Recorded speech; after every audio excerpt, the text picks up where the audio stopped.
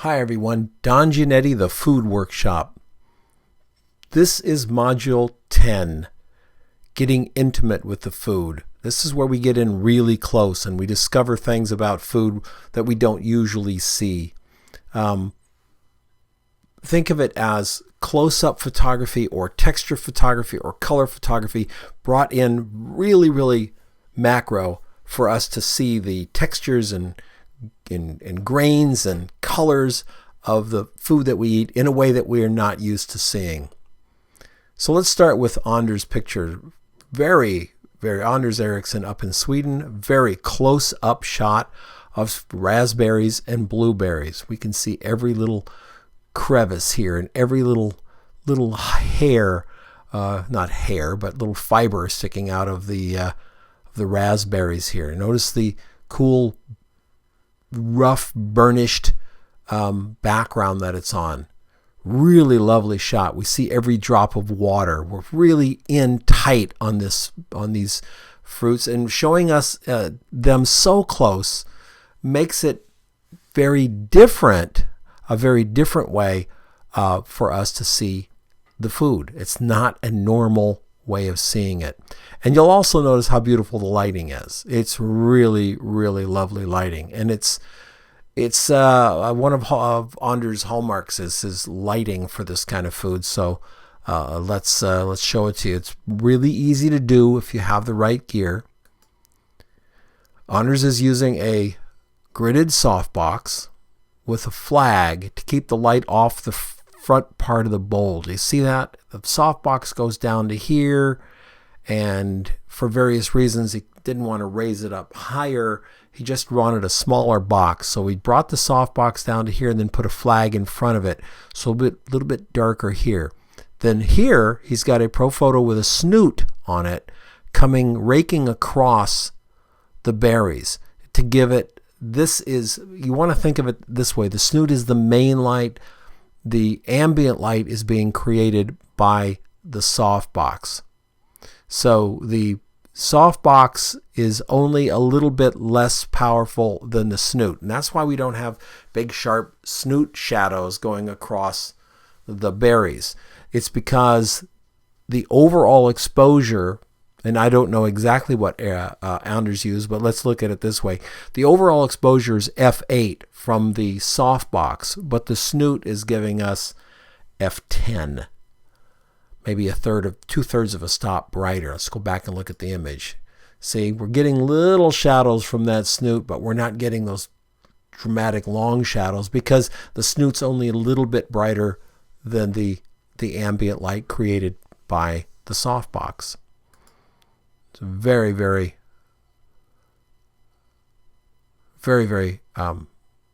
deliberate and beautiful way to light.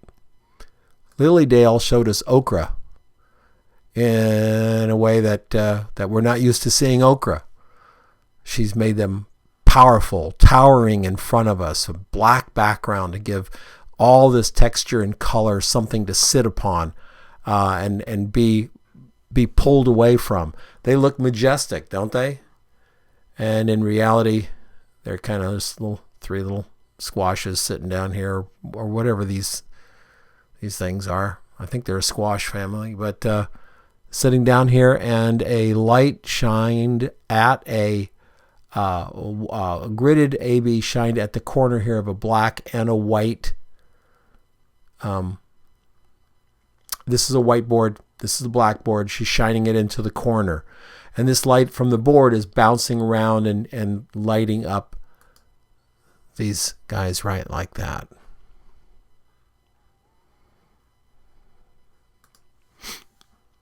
The grid is hitting the corner, creating light bouncing back from this whiteboard. So the light is brighter here, closer to where the light's striking, and then it gets less bright as it moves away from there. We look at the subject here. We can see it's very bright, and it starts to fall away a little bit. But it also wraps really well. Very clever lighting by Lily Dale. Lisa Narduzzi showed us these wonderful insides of cut open fruit, beautifully laid out here against a wood background. Notice that the wood is at an angle, but it's at an angle that lets us know that it's not a mistake. It's absolutely supposed to be at that angle. That's one of the things that you have to watch out for when you're doing anything with lines in it. If you've got lines, they've either got to go perfectly straight across or up and down, or enough of an across that they're an obvious angle. If these lines were just a little bit off, they look wrong. Our eye doesn't like that. Our eye doesn't want to see that. So beautiful, beautiful structures of the insides, but then she got us down closer for a little bit even tighter shot of the fruit and all the little highlights here on the fruit. We know that it's freshly cut because we can see the highlights, which tells us that it's wet, that it's not dry and rough, but that it's very wet and shiny, because again, the transitions from the specular to the real true tone of the object is abrupt and quick. And it's just really, really nicely done. How is it lit? Well, you're going to love this. It's just a window with a diffuser from a 5-in-1 and a white card. And that's it. That's all she needs to make the shot the way she wants it to look. And it looks like lovely lighting to me when I look at the subject. And we see the nice big soft light coming in from this side. Look how the light wraps around. And then the fill card on this side, the white fill card, is keeping the shadow over here from going too dark because it's farther away from the window, going too dark, and she's really giving all of this something bright to reflect. We get the lemons reflecting that card right on the edge there, and so is this orange right there. So it really, really looks great. Lisa Narduzzi. Julia Leroux wanted to get us in and show us a strawberry, a perfect strawberry, just about as perfect as it could be, with just so much sharpness and detail. It's just lovely. And you'll notice if you go out to shoot strawberries, one of the things that's really, really hard to do is to find strawberries that have good tops on them. This strawberry has a beautiful top on it. I would probably clean this up right here, but the rest of it is really, really nice. You can't find them that perfect. That's really, really hard. But you can get them this nice. So many times you go to get strawberries to photograph, and the darn things are covered with brown leaves, so to speak. This strawberry looks great.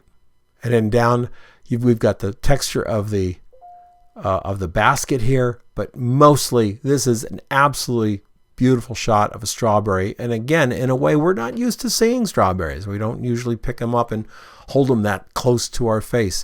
How did she light it? Well, beautifully, with a window and a fill card. And that's the strawberry that she shot right there.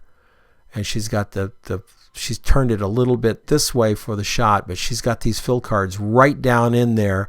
And then she's making the exposure for the shadow side, which means that if the camera saw too far back there, it might pick up some overexposed berries, but that's not important. What's important is get that big soft light, and then she's using that light and controlling it with her two white cards. These are her lighting, right? You understand that. These are the lighting she used for the strawberry shot.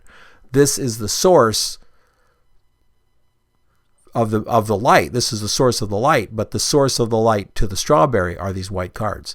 So essentially, she's shooting strawberries with two white cards and a window.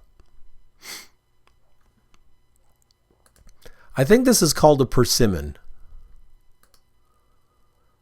And we've got this beautiful, nice, tight, detailed shot of a persimmon here, where we get to see all this texture, we get to see all the color, we get to see everything about this little stem area. It's just really beautifully done, and it's so sharp and so clear and so colorful that it makes a beautiful photograph. And the lighting was simply this. This is a scrim, homemade scrim with a light behind it. Looks like a speed light. Speed light behind it, bouncing into white card and black card on this side. The camera's coming from there. Let's go back and look at the persimmon. See the light coming in this way? It's coming through a grid.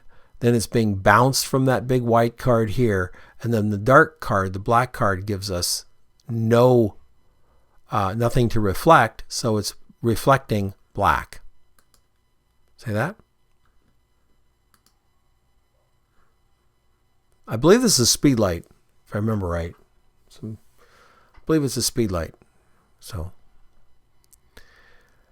2 more shots I don't have behind the scenes for because the Arena uses the same behind the scenes, same light on everything. This was a series of photographs that she did on this particular plate or metal baking dish, that is.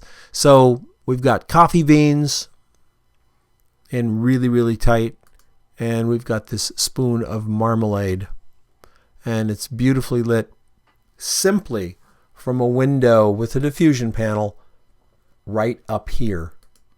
Right up there, you can see the light coming in. So, your job, your assignment, get in close. Show us something about food we haven't seen before. Look for details. Dig for design. Find it. And then do a shot or 2 before you move on to video 2 in this collection.